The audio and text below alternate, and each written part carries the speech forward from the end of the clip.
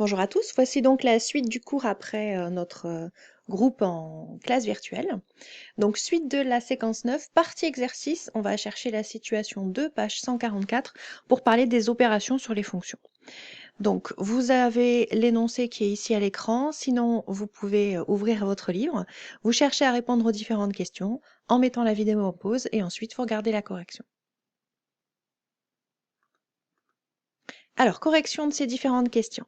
Première question, la somme u plus g de x, c'est défini par u de x plus g de x. On ajoute simplement les expressions des deux fonctions. Pour le produit, même chose, u fois g de x, c'est u de x fois g de x. Je fais le produit des deux. Vous avez vu, je n'ai pas cherché à simplifier, c'est pas l'objet de l'exercice. Et puis finalement, pour le quotient, même chose, u de x sur g de x. Dans ce tableau-là qu'il fallait compléter, on va travailler maintenant sur ce qu'on appelle la composée de fonctions. On va essayer de déterminer qu'est-ce que c'est que g de u de x. Donc, première étape, on prend une valeur de x. Ici, dans l'exemple, c'est 10.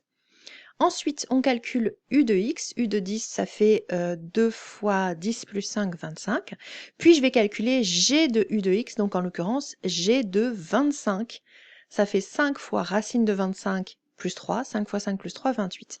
Donc il fallait faire la même chose sur les différentes, pour remplir les différentes cases quand c'est possible, et on trouvait ces solutions-là. Bien sûr, on laisse les solutions toujours en valeur exacte pour ces deux cases ici.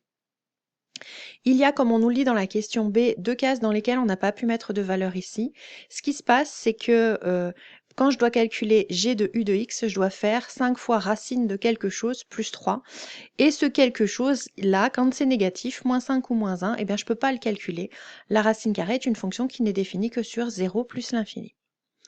Alors, la fonction dans la colonne de droite, g de u de x, c'est ce qu'on appelle la composée de u suivie de g, qui se note comme ça se dit g rond u. C'est pas une notation qui est au programme, je vous la donne juste comme ça.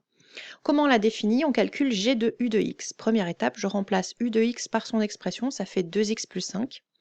Ensuite, je vais calculer g de 2x plus 5 en utilisant la même technique que d'habitude, c'est-à-dire si je vous demandais de calculer g de 3, vous prenez l'expression de g de x qui est là, c'est celle-ci, et vous remplacez x par 3. Là, je vous demande de calculer g de 2x plus 5, donc on remplace x qui est là par 2x plus 5, et ça nous donne cette expression-là.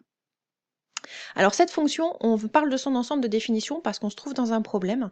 Dès qu'on a, par exemple, un quotient, on ne peut pas diviser par 0, donc il y a des valeurs interdites. Et bien quand on a une racine carrée, c'est pareil, on n'a pas le droit de calculer la racine carrée d'un nombre négatif. Donc il y a des valeurs interdites. Ça, c'est défini que si 2x plus 5 est positif ou nul. Ça nous donne donc x plus grand que moins 5 demi. L'ensemble des solutions, l'ensemble de définition de cette fonction, c'est donc moins 5 demi plus l'infini. Alors ensuite, on revient partie court. On a cette propriété, donc c'est un tableau qui vous donne les dérivées des opérations sur les fonctions. Donc quand je dérive la somme de deux fonctions, j'ai qu'à juste calculer la dérivée de chaque terme. Même chose pour le produit par un réel, par exemple 3 fois x carré. Le 3, on le conserve, et c'est juste la fonction qu'on va dériver. Ça se complique un peu pour les formules d'après. Pour le produit de deux fonctions, uv, la formule c'est u'v plus uv'. Pour l'inverse, 1 sur v, c'est moins v' sur v carré. Le quotient u sur v, c'est u'v moins uv' sur v carré.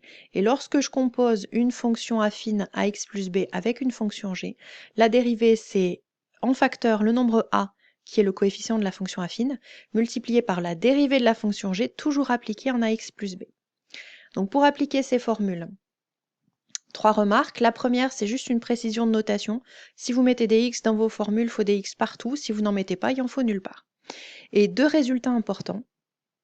Au vu du tableau précédent, toutes les fonctions polynômes sont dérivables et toutes les fonctions rationnelles sont dérivables. Une fonction rationnelle, c'est un quotient de fonctions polynômes.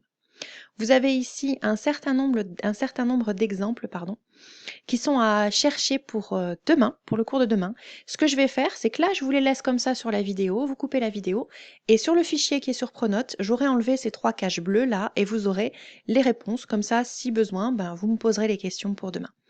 Je vous souhaite une bonne soirée, à plus tard.